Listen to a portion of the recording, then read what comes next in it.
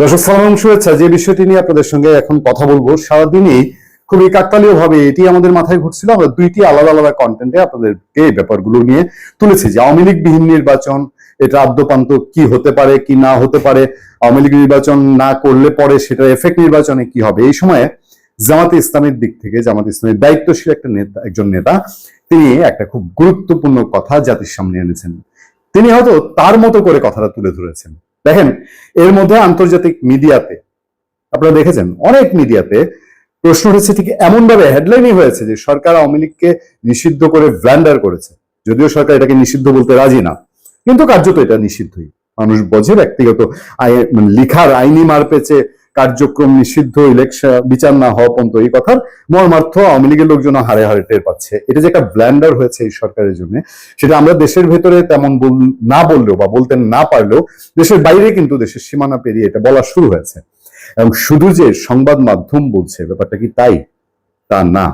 সংবাদ মাধ্যমের বাইরেও আন্তর্জাতিক মহল বলতে আমরা যে বুঝি শক্তিশালী মহল, ইভেন যদি আজকে ধরেন কথা হয় যে আমেরিকা আওয়ামী লীগকে ক্ষমতা থেকে সরিয়েছে, তাদের কথাও যদি বলি, চায়নার কথাও যদি বলি, ইন্ডিয়া তো অবশ্যই, এবং আরো যারা আছে ইউরোপিয়ান ইউনিয়নের দেশগুলো, জাপান, জার্মানি, এইসব কান্ট্রিগুলো, ইভেন অস্ট্রেলিয়া, তারাও আওয়ামী লীগ নিষিদ্ধ থাকুক, ইলেকশন না করতে পারুক, এটা কি তারা চায়? তাদের দেশে গণতন্ত্র এটা অ্যালাউ করে, অ্যাপ্রুভ করে।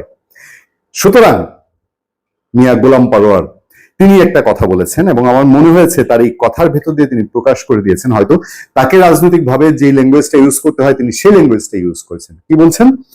আওয়ামী লীগকে নির্বাচনে আনতে আন্তর্জাতিক চক্রান্ত চলছে। গোলাম পরোয়ার, আন্তর্জাতিক চক্রান্ত চলছে নাকি আন্তর্জাতিক চাপ বেড়ে গিয়েছে? আন্তর্জাতিক চাপ খুব মাত্রাহীন জায়গায় চলে গেছে যে আওয়ামী লীগকে নির্বাচন করতে দিতে হবে এমন বিষয়টা। আচ্ছা, গোলাম পরোয়ার কি বলছেন? অংশগ্রহণমূলক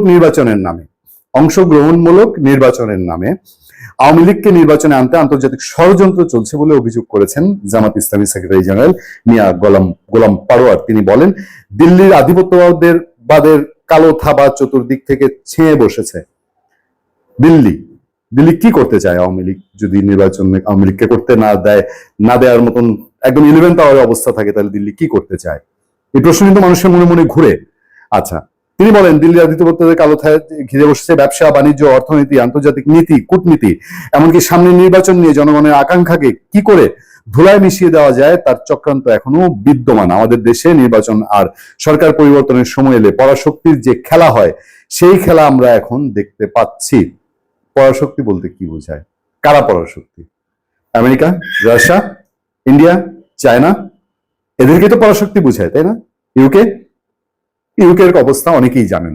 ইভেন বাংলাদেশের প্রধান উপদেষ্টাকে ইউকের প্রধানমন্ত্রী, যুক্তরাজ্যের প্রধানমন্ত্রী দেখা দেননি। হ্যাঁ, আর আমেরিকা এমন একটা দেশ, সে তার নিজ স্বার্থের বাইরে আসলে কিছুই করবে না। নিজ স্বার্থে যখন যেটা প্রয়োজন, আপনাকে টানা দরকার, আপনাকে বসিয়েছে, ক্ষমতায় বসিয়েছে, বিলিয়ন বিলিয়ন ডলার ব্যয় করেছে, প্রয়োজন শেষ ছুপ ফেলে দিবে। তার যদি আবার প্রয়োজন পড়ে আওয়ামী লীগের জন্যও যাবে। আমেরিকা তো এরকমই দেশ, তার নিজের দেশের সাথে। যেটা তিনি বলছেন যে পরাশক্তি, মানে উনি কিন্তু এখন মিয়া গোলাম পরোয়ার আর বলছেন না যে আওয়ামী লীগের লোকজন ব্যাপক অবৈধ টাকা পয়সা দিয়ে বিদেশ থেকে খেলছে, এদেরকে অস্থিতিশীল করতে আছে। তিনি বলছেন ইন্টারন্যাশনালি আওয়ামী লীগের উপরে আন্তর্জাতিক চাপ নিয়ে গুরুত্বপূর্ণ তথ্য দিল পূর্ণিয়া ভিউ। প্রোগ্রামে বলেছেন, বাংলাদেশের জাতীয় নির্বাচন এলে পরাশক্তি খেলা শুরু হয়ে গেছে দাবি করে মিয়া গোলাম পরোয়ার বলেন, পরাশক্তির খেলা শুরু হয়ে গেছে। নতুন নতুন তত্ত্ব আসছে। আওয়ামী লীগকে নির্বাচন আনার জন্য কোনো কায়দায় ইনক্লুসিভ নির্বাচন, রিফাইন্ড আওয়ামী লীগ, নানা ফিলোসফির নামে দেশের জনগণকে ব্যবহার করে, রাজনৈতিক শক্তিকে ব্যবহার করে চক্রান্ত চলছে। এ ব্যাপারে সতর্ক থাকতে হবে। আমরা কি রিফাইন্ড আওয়ামী লীগের তথ্য হাসনাত আব্দুল্লাহ প্রকাশ করে দিয়েছিলেন। সামনে আর কোনো বিকল্প যেগুলো নিয়ে ভেতরে কাজ চলছে সেগুলো দেখতে পারবো খুব রিসেন্টলি। মিয়া গোলাম পরোয়ার আরো বলছেন, আওয়ামী লীগ দুঃশাসন ও ব্যক্তি হাসিনা বিদায় নিলেও আত্মতৃপ্তির স্বস্তির সুযোগ নেই। প্রশাসনের রন্ধে রন্ধে সাংবিধানিক প্রতিষ্ঠানগুলোতে ফেসিবাদের দোসররা এখনো ঘাপটি মেরে বসে আছে। এর ফলে একজন ফেসিস্ট গেলেও দেশ থেকে ফেসিজম বিদায় হয়নি। আসুন আওয়ামী লীগ চ্যাপ্টারে। আওয়ামী লীগ দেখেন, এর আগে এই গত 1 মাস আগে পর্যন্ত এবং একটা সময় খুব বেশ সাংঘাতিক ভাবে এই আওয়ামী লীগের কার্যক্রম নিষিদ্ধ করার পরে একসাথে দেশে 46 জেলায় মিছিল করেছিল, নিষিদ্ধ ঘোষিত মিছিল।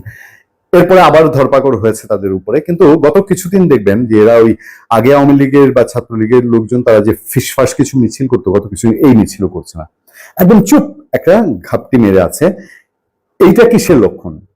অনেকের মধ্যে আমাদের সঙ্গে কিন্তু অনেকের কথা হয়, আমরা অনেকে জিজ্ঞেস করি যে আচ্ছা এই সংগঠনটা যে এরকম চুপ হয়ে গেছে, তারা তো এরকম ফিসফাস 2 4 5 জন 10 জনের মিছিল করে, সেই মিছিল কেন করছে না?